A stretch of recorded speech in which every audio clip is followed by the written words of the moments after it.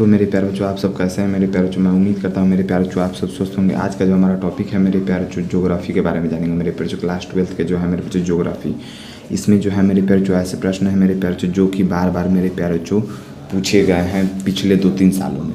अब देखिए मेरे प्यारे बच्चों, पहला जो हमारा जो प्रश्न है मेरे प्यारे बच्चों, सबसे ज़्यादा वर्षा कहाँ होता है मेरे प्यारे। जिले की बात करेगा तो किशनगंज, और राज्य की बात करेगा मेरे बच्चों सबसे ज़्यादा वर्षा कहाँ होता है मेरे प्यारे बच्चों। तो याद रखिएगा मेरे प्यारे बच्चों, सबसे जो ज़्यादा वर्षा होता है मेरे बच्चों मेघालय में होता है। कहाँ होता है मेरे प्यारे बच्चों? मेघालय में।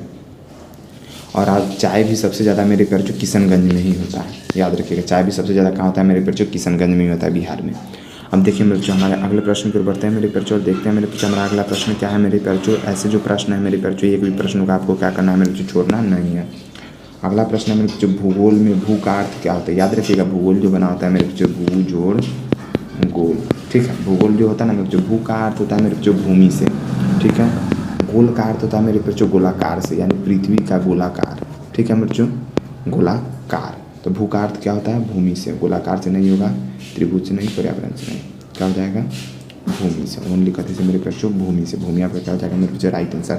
और गोलाकार का अर्थ हो गया मेरे बच्चों पृथ्वी की गोलाई से, ठीक है। उम्मीद करते हैं मेरे बच्चों इतना बात आप लोगों को समझ में आ गया होगा मेरे बच्चों। अब आगे चलिए मेरे बच्चों, अगले प्रश्न की ओर चलते हैं मेरे बच्चों। देखते हैं हमारा अगला प्रश्न क्या है मेरे बच्चों। अगला जो हमारा जो प्रश्न है मेरे बच्चों, अगला प्रश्न है, वायुमंडल में सबसे अधिक मात्रा में कौन सा गैस पाया जाता है। देखिए मेरे बच्चों, अगर वायुमंडल की बात करेगा मेरे बच्चों तो सबसे जो पहले होगा मेरे बच्चों ऑक्सीजन, O2 होगा। क्या हो जाएगा मेरे बच्चों? वायुमंडल में सबसे ज़्यादा O2 कितना होगा मेरे बच्चों? लगभग मेरे बच्चों 21% के आसपास में। कितना ऑक्सीजन होगा मेरे बच्चों? तो ऑक्सीजन जो होगा मेरे बच्चों 21% के आसपास में क्या हो जाएगा मेरे बच्चों? ऑक्सीजन हो जाएगा। लेकिन उससे भी पहले एक और होता है, क्या मेरे बच्चों? नाइट्रोजन। कितना? 78%,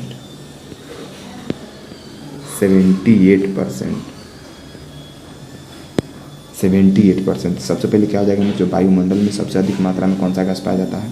नाइट्रोजन। याद रखिएगा, ऑक्सीजन बाद में आता है, ऑक्सीजन नहीं होगा, कार्बन डाइऑक्साइड नहीं होगा, हाइड्रोजन भी नहीं होगा। सबसे पहले कौन आता है मेरे प्यारे बच्चों?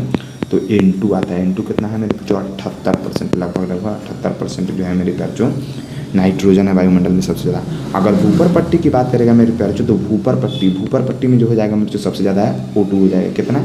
लगभग 46.60% के आसपास में भूपर पट्टी की, यानी नीचे की ज़मीन की बात करें तो, ठीक है मेरे जो भूपर पट्टी की बात करें तो लगभग 46.60% क्या हो जाएगा मेरे बच्चों? O2 हो जाएगा, ठीक है मेरे प्यारे बच्चों। उम्मीद करते हैं मेरे बच्चों इतना बात आप लोगों को समझ में आ गया होगा मेरे प्यारे बच्चों।